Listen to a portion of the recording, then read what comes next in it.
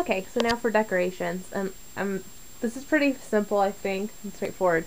Um, what I actually, I got a lot of the stuff from my vivarium and the decorations and all those sort of things over a very long period of time. I got my lizard when he was really tiny, and I had actually started collecting before I got him. So I did it over a period of time, so it wasn't a bunch of cost all at once. And if you do it slowly that way too, and kind of keep your eye on like Craigslist, and when there's sales, you can come by a lot of stuff cheaply. So, but the most obvious thing, so like my main logs here, I actually got from the beach. And you can look up online kind of how to sanitize those, but basically, you want it when you're on the beach, you want one that's already doesn't have bark or anything like degrading on it. Just kind of, when they look like this nice kind of light wood. Take it home, fill your bathtub up with bleached water. Actually, I believe I scrubbed these down first with soap water to get any extra debris off with a hard bristle brush. And then I soaked them all in bleach water in my bathtub. And you can find the correct parts bleached water probably online to do that. And I just let them soak, sanitize them, and then I let them completely dry, obviously.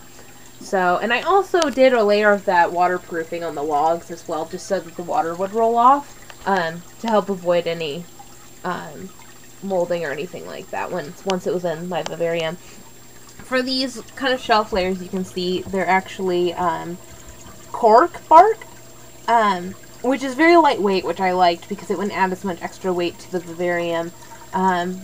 Cork also is natural, kind of has fungicidal properties and things like that, so it wouldn't mold and stuff with the extra moisture.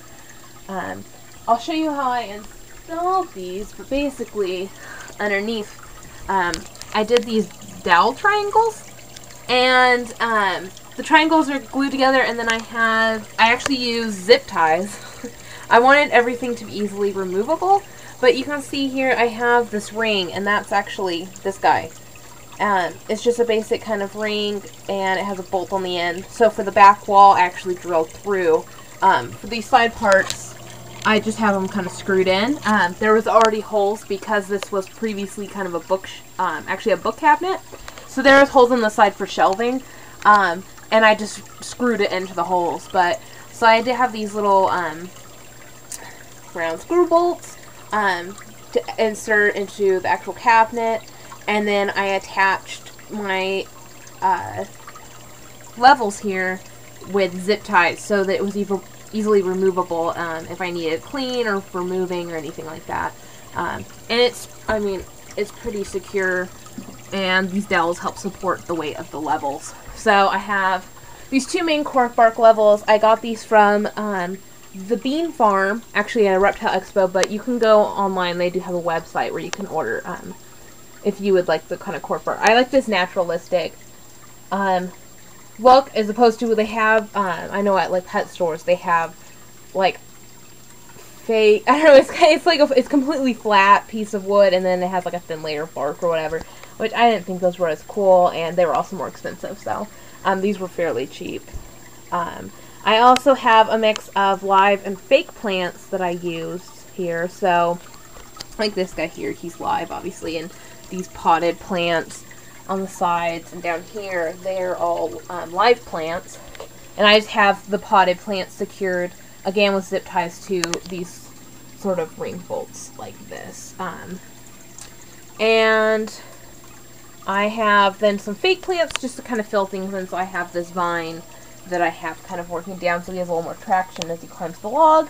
And then I have this guy that just added a little extra.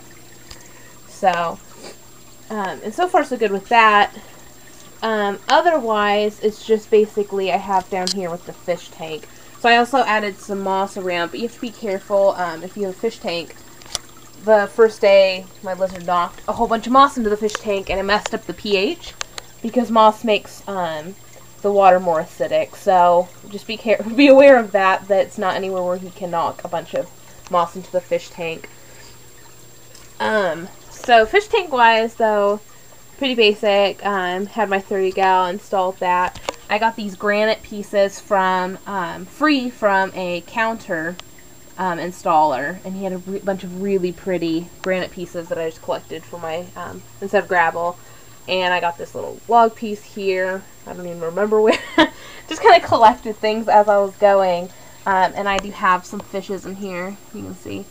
And I had to buy a new, so these are a brand new water heater and filter. You probably could find a used one. I didn't have a lot of time. Same with my aquarium. Craigslist often has really cheap ass aquariums. I just couldn't find the size I wanted in the time I wanted. So I ended up just ponying up the money to get a brand new one. But everything is functioning really nice with the fish tank. You'll notice I have this weird foam noodle. This is actually, I think, for insulating like window frames and doors. It was like $1 or something. But I ended up adding this afterwards because with the doors closed, you can kind of see this. With the doors closed, there used to be a gap a little slightly here, and of course my lizard immediately fell down between the glass doors and the aquarium. So I added the foam noodle. It kind of fills the gap a little bit so that he can't fall through. And also, it makes it a little wider on the slip here, and he likes that because he likes to walk along here and dip into the aquarium. So, and I just have, you know, his little food bowl, chilling with your mealworms and some veggies. And then I have basically 3 zones of temperature and humidity. Obviously, depending on if it's night or day, one of these sides being hotter than the other. You can kind of see where they're at here. Oh, if it won't really show very well. Basically, usually this is about 90, lower end of tropical. This one usually gets closer to 80 during the day, and you can see with the humidifier going, we're at almost 100% humidity here. Usually dips down to probably about 70 to 80% humidity without the humidifier going. And then down here is the cooler area, closer to 70, and then usually has about, again, like 90 to 100% humidity going. So he has a choice of how much heat and humidity he likes.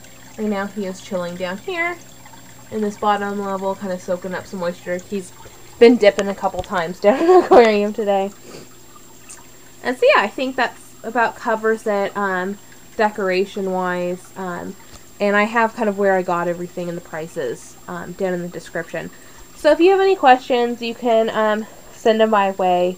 I won't say this was like super easy or anything. I think probably the most time consuming is using painter's tape, taping everything off as you're doing the different paint layers. Installing the reinforcement layer behind the drawers was kind of a pain in the butt. And getting the aquarium right, pH-wise, and with the filter, getting it to function, that was a little pain in the butt. So it's definitely a little work intensive, but you save a lot of money just retrofitting a cabinet and then installing things your own way. So, and if you have more time or like have a little less money than I did have to throw around, you probably find a lot more of the stuff that I got new and things like that probably through Craigslist. And always check Amazon, eBay for small things that you can wait on, because that, again, you can get things much cheaper in sales and stuff. So just give yourself some time to collect things, and you can save quite a bit of money and still end up with an awesome home for your animal. So any questions, you can send them my way, and I'll try to answer them. And I know there's lots of other videos on YouTube that kind of talk about their vivarium, but I thought I would just put mine up as well in case anyone was interested. So. And Virgil says goodbye. Bye.